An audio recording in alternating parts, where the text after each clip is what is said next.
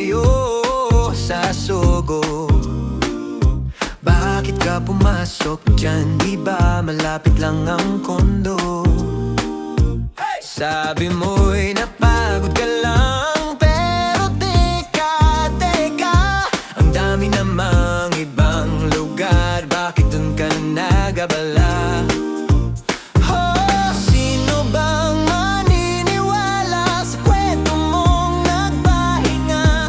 Sa Sogo ba talaga? Oh, Sogo, bakit ka andyan? Ang lapit lang ng kondo mo, di ko maintindihan. Sogo,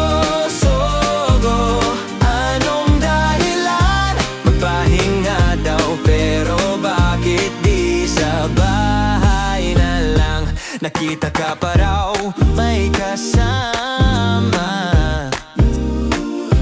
Anong meron sa inyong dalawa?